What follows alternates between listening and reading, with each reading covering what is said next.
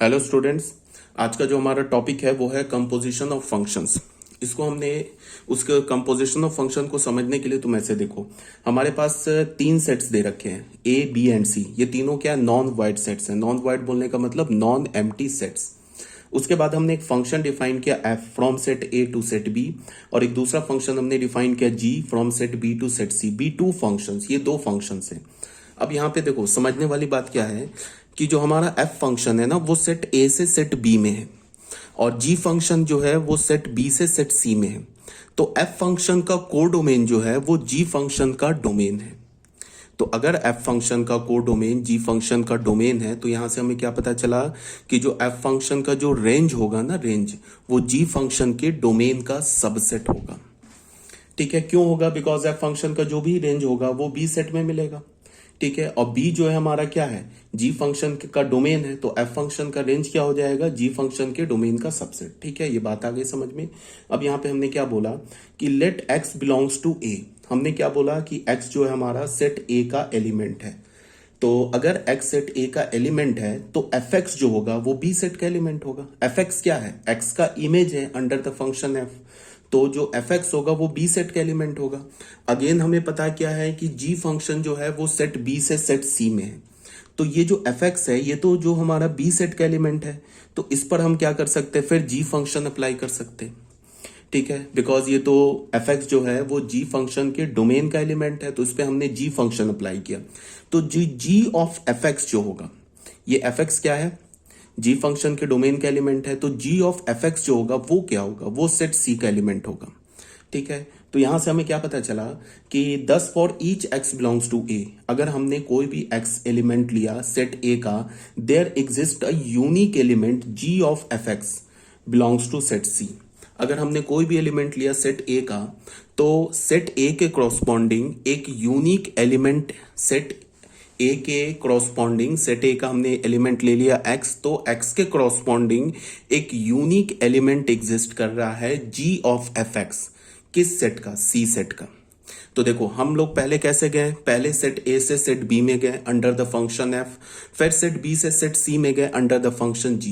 कैसे गए, हमने कोई भी रैंडम एलिमेंट सेट ए का उठाया, उस पर हमने एफ फंक्शन अप्लाई किया, तो जो एफ ऑफ एक्स मिला वो किसका मिला, सेट बी का एलिमेंट मिला।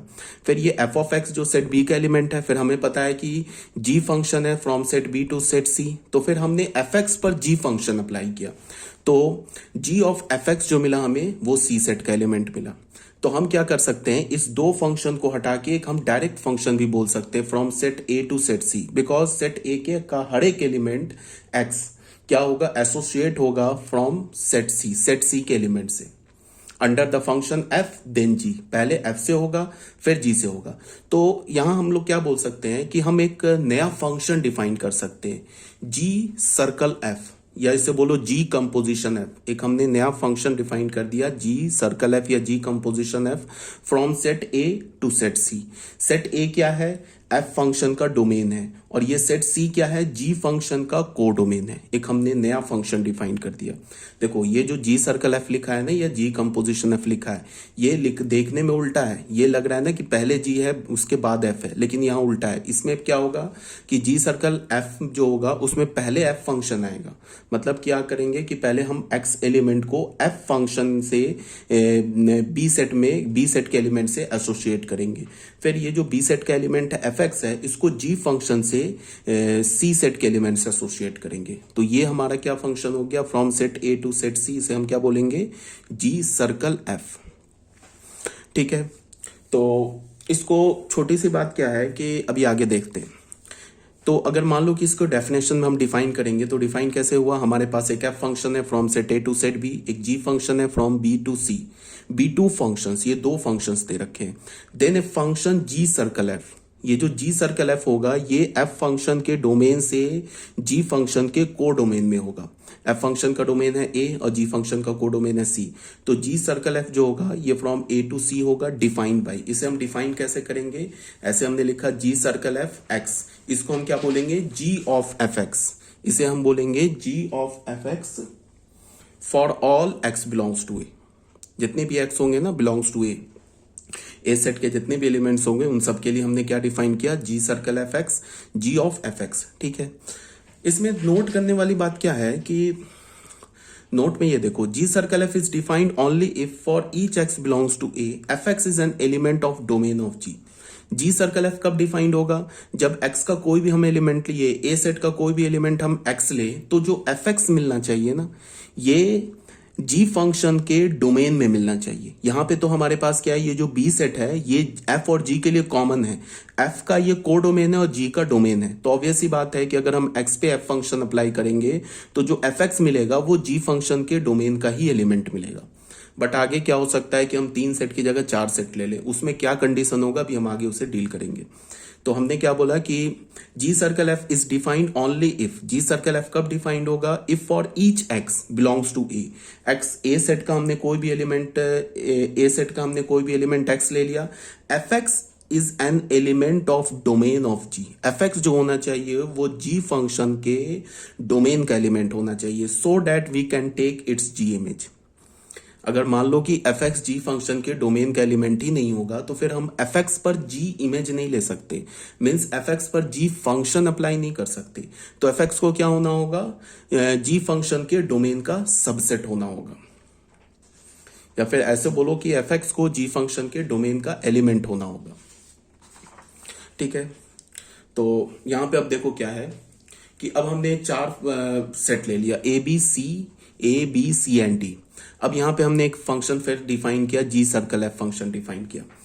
तो यहां पे सबसे पहली बात क्या है कि सपोज दैट तुम ऐसे सोचो कि हमने कोई भी रैंडम एलिमेंट एक्स ले लिया। ठीक है, रैंडम एलिमेंट हमने एक्स ले लिया, एक्स पर एफ फंक्शन अप्लाई किया तो हमें क्या मिलेगा? एफ एक्स मिलेगा। यहां पे हमने लिया एक सेट लिया F from set A to set B, और एक हमने फंक्शन लिया G from set C to set D. अब तुम ऐसे देखो कि हमने एफ सेट ए से कोई भी एक रैंडम एलिमेंट एक्स ले लिया, उस एक्स पर हमने एफ फंक्शन अप्लाई किया तो हमें क्या मिलेगा? F X. ठीक है, अब यहां पे क्या है कि सेट बी और सेट सी डिफरेंट है, इसका मतलब कि एफ फंक्शन का को डोमेन और जी फंक्शन का जो डोमेन है वो 2 डिफरेंट सेट है। सपोज दैट ऐसा हो जाए कि बी सेट और सी सेट में कोई इंटरसेक्शन ना हो, बी सेट और सी सेट में कोई इंटरसेक्शन ना हो, या फिर तुम ऐसे देखो कि बी सेट एफ फंक्शन का जो रेंज हो ना वो जी फंक्शन के डोमेन का सबसेट ना हो, एफ फंक्शन का जो रेंज हो वो जी फंक्शन के डोमेन का सबसेट ना हो, तो फिर क्या प्रॉब्लम क्रिएट हो जाएगी? फिर क्या प्रॉब्लम होगी कि हमने एक्स फंक्शन पे, अगर एक्स एलिमेंट पर अगर हमने एफ फंक्शन अप्लाई किया तो एफ एक्स मिल जाएगा। अगर वो एफ एक्स जी फंक्शन के डोमेन का एलिमेंट नहीं है तो फिर तुम क्या कर सकते हो कि उस जी फंक्शन एफ एक्स पर जी फंक्शन अप्लाई नहीं कर सकते हो, और अगर तुमने एफ एक्स पर जी फंक्शन अप्लाई नहीं किया तो फिर क्या होगा? जी सर्कल एफ डिफाइन नहीं होगा, बिकॉज जी सर्कल एफ का हमारा डोमेन क्या है? जी सर्कल एफ का डोमेन तो है जो एफ फंक्शन का डोमेन है।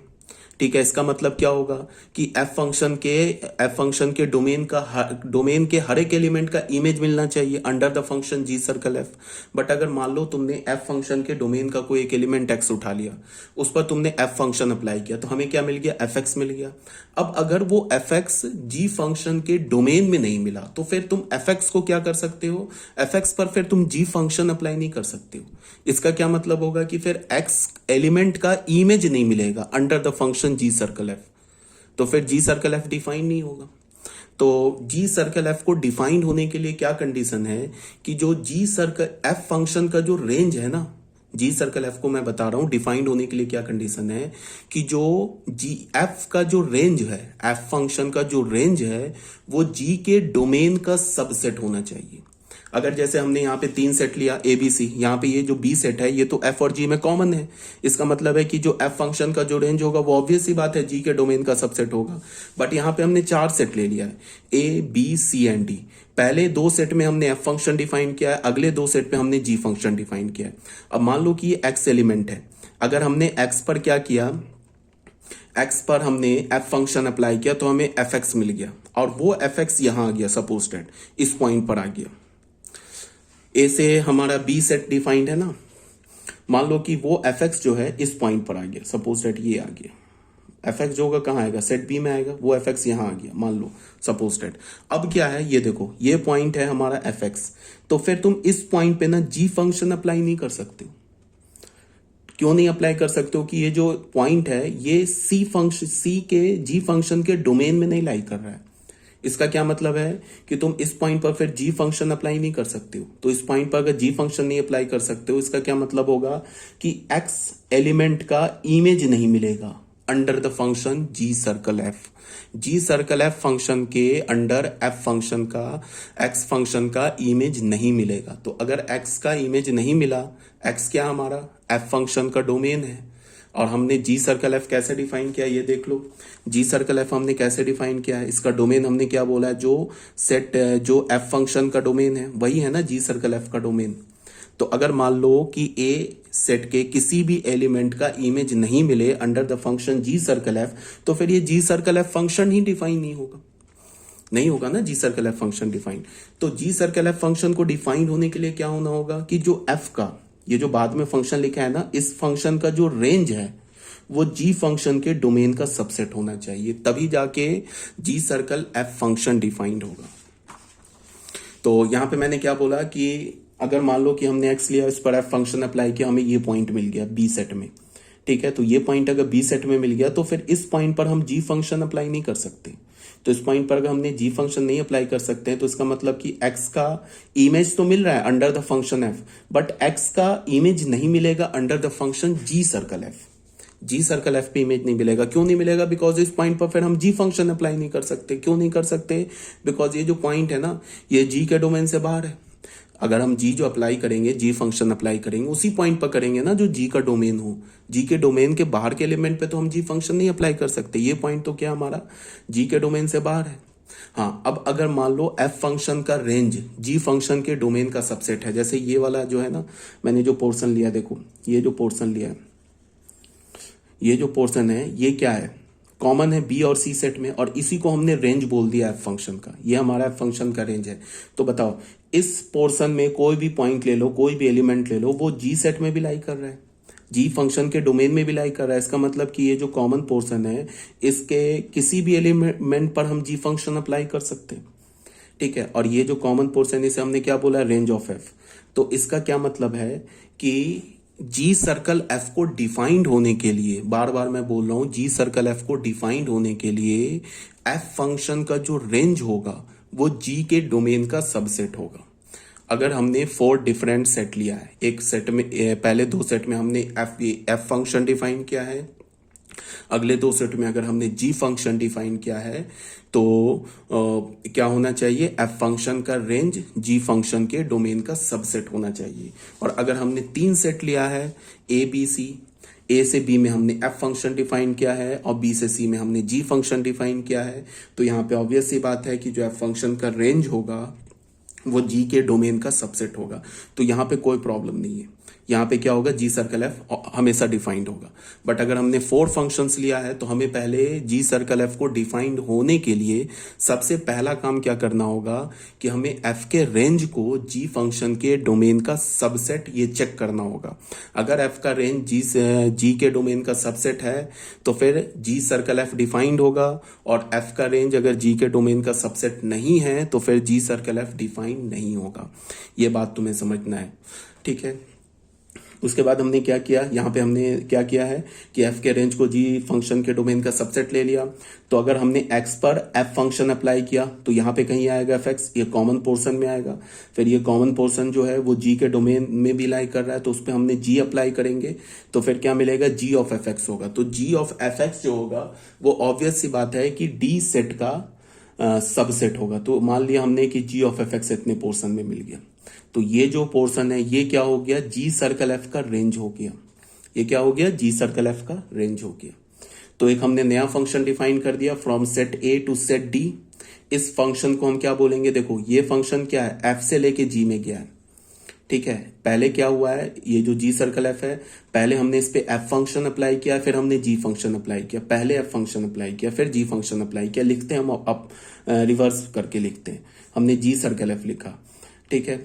तो ये जो जी सर्कल एफ होगा, इस फंक्शन का डोमेन क्या होगा, जो एफ फंक्शन का डोमेन है, पहले ये समझना है। और ये जी सर्कल एफ का को डोमेन क्या होगा, जो जी फंक्शन का को डोमेन है। जो जी फंक्शन का को डोमेन है ना, वही को डोमेन क्या होगा, एफ जी सर्कल, ये जो जी फंक्शन का को डोमेन है वही को डोमेन जी सर्कल एफ का भी होगा। और जी सर्कल एफ का डोमेन क्या होगा, जो एफ फंक्शन का डोमेन है। यहां तक ये बात आ रही है समझ में। अब क्या है कि सेम काम तुम जी सर्कल एफ की जगह एफ सर्कल जी में भी ले सकते हो, सेम एग्जैक्टली सेम होगा। अगर मैंने यहां पे बोला, ऐसे बोला, इसको देखो, अगर मैंने बोला कि एक हमारे पास एफ फंक्शन है ए से बी में, और एक हमने ले लिया जी फंक्शन ले लिया, मान लो सी से डी में ले लिया, तो हम क्या लिख सकते हैं, for g circle F to be defined. इसको डिफाइंड होने के लिए क्या होना होगा, we have range of f function का जो रेंज होना चाहिए वो मस्ट भी क्या होना चाहिए, subset of domain of ji function के डोमेन का सबसेट होना चाहिए। ठीक है, अब इसका क्या मतलब होगा कि जी फंक्शन का डोमेन क्या है, सी, और एफ फंक्शन के रेंज को हम क्या बोलेंगे, एफ एक्स। तो ये जो एफ एक्स होना चाहिए ये सबसेट होना चाहिए किसका, सी सेट का, तभी जाके जी सर्कल एफ डिफाइंड होगा। ठीक है, अब जी सर्कल एफ को हम डिफाइन कैसे करेंगे, जी सर्कल एफ लिखा, इस फंक्शन को, ये हमारा एक फंक्शन हो गया जी सर्कल एफ, इसका डोमेन क्या होगा, जो एफ फंक्शन का डोमेन है, एफ फंक्शन का डोमेन क्या है, ए। इस जी सर्कल एफ का को डोमेन क्या होगा, जो जी फंक्शन का को डोमेन है वो क्या होगा, सी। ठीक है, और इसको हम ऐसे बोलेंगे, जी सर्कल एफ ऑफ एक्स ये किसके इक्वल होगा, जी ऑफ एफ एक्स। इसको ऐसे रीड करेंगे, जी of F x for all x belongs to set A. क्यों set A, because G circle F का डोमेन क्या है, सेट ए। ये तो हो गया हमारा जी सर्कल एफ। अब सेम काम अगर हम एफ सर्कल जी बोलेंगे, तो एफ सर्कल जी बोलेंगे तो क्या होगा, जी से एफ में जाएंगे, जी से कहां जाएंगे, एफ में। चलो मैं एक डायग्राम बना के दिखाता हूं। मान लो कि हमारे पास ये एक सेट ए है और ये सेट बी है और ये सेट सी है और ये सेट डी है। ये सेट ए हो गया, ये बी हो गया, ये सी हो गया, ये डी हो गया। इस पर हमने ऐसे बोला कि ये एफ फंक्शन है और ये हमने बोला ये जी फंक्शन है। ठीक है, तो अगर हम एफ सर्कल जी लेंगे तो पहले जी से एफ में जाएंगे। तो मान लो कि यहां पे अगर हमारे पास ये कोई एलिमेंट एक्स है, इस पर हमने जी फंक्शन अप्लाई किया, तो ये क्या होगा, ये जी एक्स आ जाएगा। अब ये जो जी एक्स है ना वो यहां मिलना चाहिए, तभी इस पर फिर हम एफ फंक्शन अप्लाई कर सकते हैं। ठीक है, तो यहां पे ये जी एक्स मिल गया और फिर जी एक्स पे हमने क्या अप्लाई किया, एफ फंक्शन, तो ये क्या मिल गया, एफ ऑफ जी एक्स। ऐसे होगा। अब यहां पे क्या होना चाहिए कि अगर हम एफ सर्कल जी बोलेंगे, एफ सर्कल जी बोलेंगे, तो एफ सर्कल जी के लिए क्या होना चाहिए कि जो जी फंक्शन का जो रेंज है वो एफ फंक्शन के डोमेन का सबसेट होना चाहिए। तो इसका क्या मतलब है कि यहां पे ये पूरा ऐसे करके तुम ले लो, ये पोर्शन आ गया हमारा range of ji.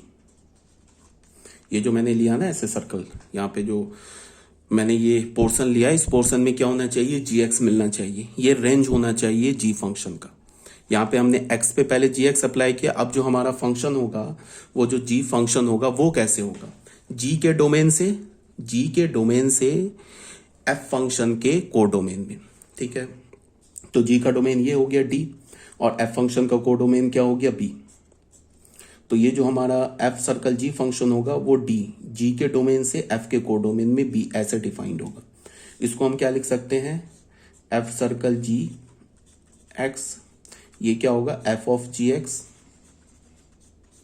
For all x belongs to set D. अब ये क्या डिफाइंड होगा, F circle ji is defined only when, क्या होना चाहिए, range of ji function. G function का रेंज क्या होना चाहिए, सबसेट होना चाहिए किसका, डोमेन ऑफ एफ, एफ के डोमेन का सबसेट होना चाहिए। Range of G, range of G को क्या बोलते हैं हम, जी एक्स बोलते हैं। ये क्या होना चाहिए, सबसेट होना चाहिए डोमेन ऑफ एफ, एफ का क्या डोमेन है, सेट ए का, तब जाके ये डिफाइंड होगा। अगर हम तीन सेट की बात करेंगे, मान लो हमने ऐसे बात किया, अगर ऐसे बात कर लिया, तीन सेट पे ले लिया, ए सेट ले लिया, बी सेट ले लिया, सी सेट ले लिया, यहाँ हमने जी फंक्शन अप्लाई कर दिया, यहाँ हमने एफ फंक्शन अप्लाई कर दिया, यहाँ हमने जी का कोई एलिमेंट एक्स लिया, उस पर जी फंक्शन अप्लाई किया तो जी एक्स हो गया। फिर ये जो जी एक्स है इस पर हमने क्या अप्लाई कर दिया, एफ फंक्शन, तो एफ ऑफ जी एक्स हो गया। ये जो एलिमेंट हो गया ये हमारा क्या हो गया, एफ सर्कल जी हो गया। यहाँ पे ऑब्वियस सी बात है कि जो रेंज ऑफ जी है, रेंज हमारा जी फंक्शन का ये सबसेट है किसका, codomain of F, codomain of domain of F, sorry domain of f function. तो रेंज ऑफ जी एक्स को जी एक्स बोला, ये सबसेट हो गया डोमेन ऑफ एफ का मतलब बी का। और हम लोग डिफाइन कैसे करेंगे, एफ सर्कल जी एक्स बोला तो ये क्या हो गया, F of ji x for all x belongs to domain of G, और डोमेन ऑफ जी क्या है, ए। ऐसे डिफाइंड होता है, ठीक है। तो ये बात आ गई होगी समझ में कि हम लोग क्या कर रहे हैं। यहाँ पे हमने क्या किया था, इधर क्या बताया कि जो जी फंक्शन का जो हमारे पास रेंज है, ये रेंज आ गया जी फंक्शन का, वो एफ के डोमेन का सबसेट हो गया। इसको हम ऐसे भी बोल सकते हैं, जैसे यहाँ पे बनाया ऐसे भी बना सकते हैं, ठीक है। तो ये हमारा हो गया एफ सर्कल जी और जी सर्कल एफ का डेफिनेशन, ठीक है। अब यहाँ पे नोट 2 में क्या बोल रहा है, G circle F to be exist, G circle F को एग्जिस्ट होने के लिए रेंज ऑफ एफ, एफ का जो रेंज होगा ना, must be the subset of domain of G, वो क्या होना चाहिए, जी के डोमेन का सबसेट होना चाहिए। Similarly f circle g to be exist if range of ji, g का जो रेंज होगा must be the subset of domain of f, वो एफ के डोमेन का सबसेट होगा, तभी जाके क्या होगा, एफ सर्कल जी डिफाइंड होगा। जी सर्कल एफ को डिफाइंड होने के लिए क्या होगा कि जो एफ फंक्शन का जो रेंज है वो जी के डोमेन का सबसेट होना चाहिए, और एफ सर्कल जी को डिफाइंड होने के लिए जी के रेंज को एफ के डोमेन का सबसेट होना चाहिए। फिर जी सर्कल एफ का डोमेन क्या होगा, जो एफ फंक्शन का डोमेन होगा। फिर जी सर्कल एफ का को डोमेन क्या होगा, जो जी फंक्शन का को डोमेन होगा। एफ सर्कल जी का डोमेन क्या होगा, जो जी फंक्शन का डोमेन होगा। एफ सर्कल जी का को डोमेन क्या होगा, जो एफ फंक्शन का को डोमेन होगा। ये बात यहाँ पे समझना चाहिए, ठीक है। अब आ जाओ, ये नोट नंबर 2 हो गया, आई थिंक ये नोट नंबर, अब इसको हम क्या बोलेंगे, नोट नंबर 3। यहां पे क्या बोल रहा है, if ji circle F is defined then it does not necessary that f circle ji is defined. देखो यहाँ पे क्या है, अगर जी सर्कल एफ डिफाइंड है तो इसकी कोई गारंटी नहीं है कि एफ सर्कल जी डिफाइंड हो। ऐसा हो सकता है ना कि एफ का रेंज जी के डोमेन का सबसेट हो, बट जी का रेंज एफ के डोमेन का सबसेट ना हो। तो अगर एफ का रेंज जी के डोमेन का सबसेट होगा तो फिर जी सर्कल एफ डिफाइंड हो जाएगा, बट अगर जी का रेंज एफ के डोमेन का सबसेट नहीं होगा तो फिर एफ सर्कल जी डिफाइंड नहीं होगा। हाँ, ये भी पॉसिबिलिटी हो सकती है कि जी सर्कल एफ डिफाइंड हो, एफ सर्कल जी भी डिफाइंड हो, दोनों डिफाइंड हो। ये भी पॉसिबिलिटी हो सकती है कि जी सर्कल एफ डिफाइंड ना हो, एफ सर्कल जी भी डिफाइंड ना हो। मतलब कुछ भी हो सकता है, ऐसा नहीं होगा कि हम अगर जी सर्कल एफ डिफाइंड हो जाएगा तो हम अब खुद से आंख बंद करके मान लेंगे कि फिर एफ सर्कल जी भी डिफाइंड होगा। कुछ भी हो सकता है, ये भी हो सकता है दोनों डिफाइंड हो, दोनों डिफाइंड ना हो, एफ सर्कल जी और जी सर्कल एफ में एक ही डिफाइंड हो। ये भी पॉसिबल हो सकता है कि एफ सर्कल जी डिफाइंड हो, जी सर्कल एफ डिफाइंड हो, दोनों इक्वल फंक्शन ना हो। ये भी हो सकता है कि एफ सर्कल जी डिफाइंड हो, जी सर्कल एफ डिफाइंड हो, दोनों इक्वल फंक्शन आ जाए। ये सारे पॉसिबिलिटी हो सकते हैं। तो हमें कैसे चेक करेंगे, हमें फिर चेक करना होगा जाके। अगर मान लो कि हमें चेक करना है कि जी सर्कल एफ डिफाइंड हो रहा है या नहीं हो रहा है, तो सबसे पहले हमें क्या देखना होगा, सिर्फ एक ही बात देखना है। जी सर्कल एफ को डिफाइंड होने के लिए सिर्फ हमें ये चेक करना है कि जो एफ का जो रेंज है, अगर वो जी के डोमेन का सबसेट हो गया तो फिर जी सर्कल एफ डिफाइंड होगी, ठीक है। और अगर हमें एफ सर्कल जी को चेक करना है कि डिफाइंड है या नहीं है, तो फिर हमें क्या देखना होगा कि जो जी का रेंज है, अगर एफ के डोमेन का सबसेट हो गया तो फिर एफ सर्कल जी डिफाइंड हो गया। अगर मान लो एफ सर्कल जी और जी सर्कल एफ दोनों डिफाइंड हो गया, अब हमें चेक करना है क्या ये दोनों इक्वल है। तो दो फंक्शन की इक्वालिटी कैसे चेक करते हैं, सबसे पहले हम लोग देखते हैं कि दोनों फंक्शन का डोमेन सेम है। अगर दोनों फंक्शन का डोमेन सेम है, फिर दोनों फंक्शन का को डोमेन सेम है, और डोमेन के क्रॉसपॉन्डिंग दोनों फंक्शन का इमेज सेम है, तो फिर क्या हो जाएगा, दोनों फंक्शन इक्वल हो जाएगा। तो अगर एफ सर्कल जी और जी सर्कल एफ का डोमेन सेम हो, को डोमेन सेम हो, और डोमेन के क्रॉसपॉन्डिंग जो इमेजेस आ रहे हैं दोनों फंक्शन में, एफ सर्कल जी और जी सर्कल एफ में, वो भी इक्वल हो जाए, तो फिर फंक्शन इक्वल हो जाएगा। अगर कोई भी इक्वल ना हो, डोमेन ही इक्वल ना हो, तो फिर अनइक्वल फंक्शन हो जाएगा, ठीक है। तो ये सब बात को समझ में आनी चाहिए, इसमें कोई डाउट नहीं होनी चाहिए। तो अब बच्चों आ जाओ क्वेश्चन नंबर 1 में। क्वेश्चन नंबर 1 में क्या बोल रहा है, let R be the set of real numbers. यहाँ तक आई थिंक क्लियर होगा, कोई प्रॉब्लम नहीं आनी चाहिए, ठीक है। तो यही था हमारा कंपोजिशन ऑफ फंक्शन। एक और टॉपिक है कंपोजिशन ऑफ रियल फंक्शन, उसमें हम क्या करेंगे, ये भी कंपोजिशन ऑफ रियल फंक्शन है, बट एक हमारा इसके बाद भी टॉपिक है जिसमें अगर जी सर्कल एफ में एफ का रेंज जी के डोमेन का सबसेट नहीं है तो भी हम कंपोजिशन डिफाइन करते हैं। कैसे करते हैं वो अभी हम आगे नेक्स्ट टॉपिक में पढ़ेंगे, बट टाइमिंग आपको क्या समझना है कि जी सर्कल एफ को डिफाइंड होने के लिए एफ के रेंज को जी के डोमेन का सबसेट होना पड़ेगा, और एफ सर्कल जी को डिफाइंड होने के लिए जी के रेंज को एफ फंक्शन के डोमेन का सबसेट होना पड़ेगा।